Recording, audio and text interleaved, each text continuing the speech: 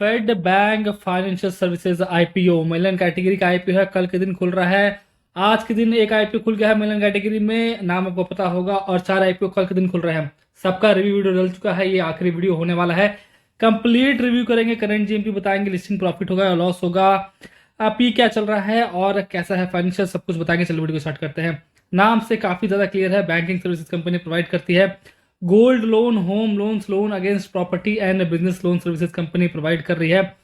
Mainly retail focused non banking finance company है, NBFC है, with the second lowest cost of boring among the micro small and medium enterprises. Gold loan and MSc gold loan PS set in India in physical 2023। तो 2023 की बात करें तो MSc में category में कहा जाए तो सेकेंड लोएस्ट बोरिंग इस कंपनी की, और मेनली रिटेल फोकस्ड है, एनबीएफसी कंपनी है। कंपनी जो है 16 स्टेट्स में काम कर रही है, 191 डिस्ट्रिक्ट्स में, 575 ब्रांचेस हैं, स्ट्रॉन्ग प्रेजेंस है साउदर्न एंड वेस्टर्न रीजन में। आंध्र प्रदेश और राजस्थान कह सकते हैं कि मेनली आप ईस्ट स्टेट को कंसिडर कर सकते हैं, जहाँ पे इनका काफ़ी अच्छा प्रेजेंस है। जो अपने बारे में कंपनी ने कहा है कंपेटिटिव स्ट्रेंथ है वो presence in large unprecedented market with strong growth potential. बाकी चीजें कंपनी ने अपने बारे में थोड़ा बढ़ाई की है, एक्सपीरियंस्ड मैनेजमेंट टीम है, वेल डाइवर्सिफाइड फंडिंग प्रोफाइल है, ईटीसी और साथ ही टेक्नोलॉजी ड्रिवन कंपनी है, स्केलेबल ऑपरेटिंग मॉडल है, इस कंपनी ने अपने बारे में बताया है। अब आते हैं फाइनेंस पे, जो बहुत ज़्यादा इंपॉर्टेंट हो जाता है। जो फिगर्स है वो करोड़ में आप देख रहे हैं, 21, 22, 23, 3 साल का डेटा यहाँ पे कंप्लीट मौजूद है। और एसेट देखेंगे कंपनी का आप लगातार बढ़ रहा है, 5,500 करोड़ के आसपास से 9,000 करोड़ के आसपास पहुंचा है। और रेवेन्यू कंपनी का लगभग डबल हुआ है, 700 करोड़ से आसपास से 1,200 करोड़ पहुंचा है 3 सालों में। पीएटी कंपनी का 3 गुना हुआ है, जो कि अगेन बहुत अच्छी बात है, प्रॉफिट मेकिंग कंपनी है। नेटवर्थ कंपनी का कहा जाए वो भी बड़ा है, अच्छे खासे बड़ा है। रिजर्व एंड सरप्लस भी कंपनी के पास लगभग डबल हुए हैं, जो कि अगेन अच्छी बात हो जाती है। लेकिन टोटल बोरिंग कंपनी के पास पहले 4,000 करोड़ थी, अब 7,000 करोड़ रुपीज है बैंकिंग के ऊपर। बैंकिंग सेक्टर में आप देखेंगे थोड़ा सा ऐसे, एनबीएफसी कंपनी में तो लोन होगा ही, रिसेंटली बहुत सारे आईपीओ हैं एनबीएफसी सेक्टर में, सारे कह सकते हैं स्मॉल फाइनेंस बैंक सेक्टर में भी आए हैं।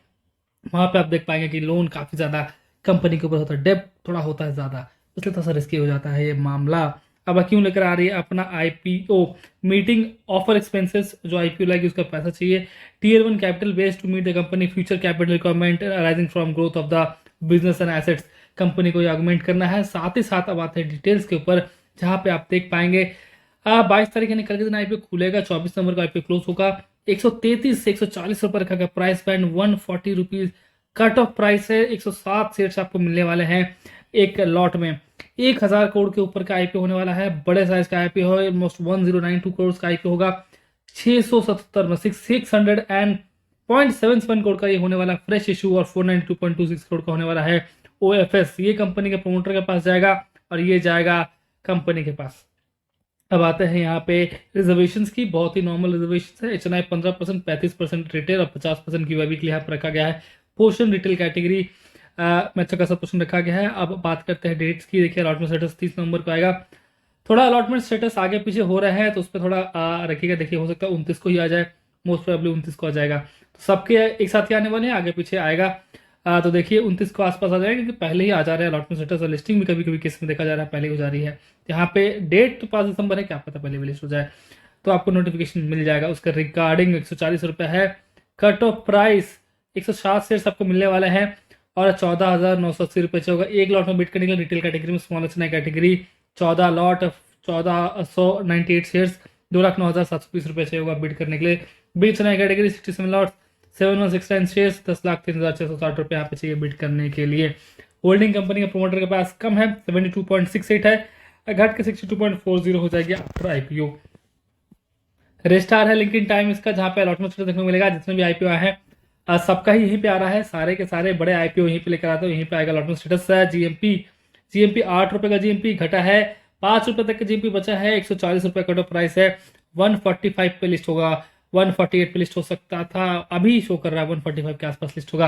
अंदाजा है ये एक सौदा रेट 400 रुपये चल रहा है, रिटेल कैटेगरी में 5,600 रुपये चल रहा है। स्मॉल एचएनआई कैटेगरी में परसेंटेज में 3.5% का गेन है, जो कि ऑलमोस्ट 5.5% का गेन था। तो जीएमपी गिरा है, जीएमपी अच्छा नहीं चल रहा है। मैं तो 10% का बफर रखता हूँ भाई, 10% होना ही चाहिए। लिस्टिंग में बहुत टाइम होता है, 5 दिसंबर को लिस्टिंग होगी, 20 दिन का टाइम है भाई। तो इस तरह से अगर गिरेगा तो क्या पता 5 का वैल्यू 0 हो जाए, या तो नेगेटिव लिस्टिंग भी हो जाए। इसलिए मैं 10% का बफर रखता हूँ कि गिरे भी तो थोड़ा बहुत मुझे एटलीस्ट फ्लैट लिस्टिंग देखने को मिले और लिस्टिंग लॉस मुझे एटलीस्ट ना झेलना पड़े। तो इसके साथ जो बाकी आईपीओ हैं वो काफ़ी बेटर है। इसके अकॉर्डिंग इसके रिलेटिव भी काफ़ी अच्छा जीएमपी चल रहा है। सब में ही 10% से ऊपर का जीएमपी, किसी में 20% है, किसी में 30% है, तो टाटा टेक्नोलॉजी में 70% भी है। तो वो बेटर ऑप्शन नजर आ रहा है जीएमपी को देखे तो। पी रेशियो कंपनी ने लो लाया है, पी रेशियो 25 का निकल कर आया है, जो कि कम है, लो के साइड रखा है, बट फिर भी कंपनी के फाइनेंशियल्स भी ठीक है। प्रॉब्लम यहाँ पे आ रही है कि बहुत सारे आईपीओ को एक साथ आना, जहां से इसके डिमांड जो है घटता है, सब्सक्रिप्शन यहाँ पर लो जाएगी। साथ ही साथ देखिए बाकी कंपनीज का काम भी अच्छा है। ये एक एनबीएफसी कंपनी है, इसमें लोग नॉर्मली अवॉइड करते हैं पैसा लगाना। एक झटका कंपनी के शेयर के प्राइस बहुत स्पीड में फॉल करने लगते हैं। Return on network, earning per share company का और बेटर हो सकता था। मार्केट कैप 5,165 करोड़ का यहाँ पे होने वाला है। पीएस से कंपेयर किया जाए, पीएस से कंपेयर तो करता है भाई मन्नापुरम फाइनेंस 7 का पी सबसे लोएस्ट इसका चल रहा है। मुथूट फाइनेंस का 14.29 का चल रहा है। 5 स्टार बिजनेसेस कुछ दिन पहले ही इसका आईपीओ आया था, 31.73% का चल रहा है। आईएफएल फाइनेंस 14 का चल रहा है, इसका भी काफी कम चल रहा है। एप्टस वैल्यू हाउसिंग 27 का चल रहा है, इसका 25 पे लेकर आ रही है। तो कंपीट तो करती है, कोई भी ज्यादा हायर वैल्यूएशन पे नहीं चल रही है, इसलिए हायर वैल्यूएशन पे कंपनी अपना आईपीओ लेकर नहीं आई है। लेकिन देखिए 15 से 20 का पी सही रहता है, लेकिन ठीक ठाक रखा है, ज़्यादा खराब नहीं रखा है। बट साथ ही साथ बहुत सारे आईपीओ आ रहे हैं जो काम भी अच्छा है, जीएमपी भी अच्छा है उस हिसाब से। और इसके पीयर कहा जाए तो अगर बहुत ज़्यादा महंगे होते हैं पीयर्स ना, यहाँ पे अगर 50 का फिगर्स देखने को मिलता, 40-50 का, तो यहाँ पे लिस्टिंग गेन भी आपको ज़्यादा देखने को मिलता है, जीएमपी भी ज़्यादा देखने को मिलता है, लेकिन यहाँ पे है नहीं वैसा कुछ खास। तो पीयर्स भी इसका जो है लोअर पी पे चल रहा है, तो इसका भी जो पी कम ही चल रहा है, और उस हिसाब से जीएमपी यहाँ पे लिस्टिंग गेन आपको देखने को मिलेगा। अब मैं बात करूं, देखिए काफ़ी ज़्यादा क्लियर हो चुका होगा आपको कि लिस्टिंग गेन के लिए तो इसमें नहीं लगाना है, क्योंकि लिस्टिंग यहाँ पे लॉस होने का भी खतरा बना हुआ है। सोच समझ के पैसा लगाइएगा, लिस्टिंग लॉस भी यहाँ पे हो सकता है। बाकी आईपीओ में लिस्टिंग गेन लगाना है, के लिए लगाना है तो लिस्टिंग गेन के लिए बाकी आईपीओ है। सबसे अच्छा तो टाटा टेक्नोलॉजी का आईपीओ है, गांधर ऑयल भी सही है, तो सारे के सही है। 20%, 25-30%, 70% का गेन सभी दे रहे हैं, तो लिस्टिंग गेन के लिए वो सही है। लॉन्ग टर्म में भी ये सही नहीं है, तो ओवरऑल मैं कहूँगा इसको कंप्लीटली अवॉइड करने के लिए मैं तो वैसे बैंकिंग सेक्टर में बड़े बैंक्स को ही प्रेफर करता हूँ। एचडीएफसी हो गया, आईसीआईसी हो गया, बाकी तो मैं एनबीएफसी, एसबीएफसी बैंक को बिल्कुल ही अवॉइड करता हूँ, बिल्कुल भी, क्योंकि एक छोटा सा न्यूज़ और बैंकिंग सेक्टर सबसे पहले बर्बाद होता है, एकदम खत्म कहानी भाई। ऐसा शेयर के पैसे गिरेंगे, वापस उठेंगे भी नहीं, 3-4 सालों तक आपका पैसा गजब का फंसता है। मैं कंप्लीट अवॉइड करता हूँ। अगर आप पैसा लगा रहे हैं, सोच समझ के प्रॉपर रिसर्च कीजिए और फिर पैसा लगाइए, बिना सोचे समझे नहीं। पैसा आपका है, प्रॉफिट आपका, लॉस आपका। एनीवेज, वीडियो अच्छी लगी तो लाइक कीजिए, चैनल सब्सक्राइब कीजिए। साथ ही साथ डे 3 जिस दिन है, यानी कि 24 तारीख को सुबह में आपको डे 2 का सब्सक्रिप्शन और लेटेस्ट जीएमपी सारे आईपीओ का आपको दे दूंगा। फाइनल लिस्टिंग वीडियो मिल जाएगी आपको, ताकि आपको कोई डाउट ना रहे। आपको अगर लगता है कि लेटेस्ट डेटा आपको चाहिए तो फाइनल लिस्टिंग वीडियो आपको मिल जाएगी। वीडियो चलेगी तो लाइक कीजिए, चैनल को सब्सक्राइब कीजिए और वीडियो देखने में बहुत थैंक्स।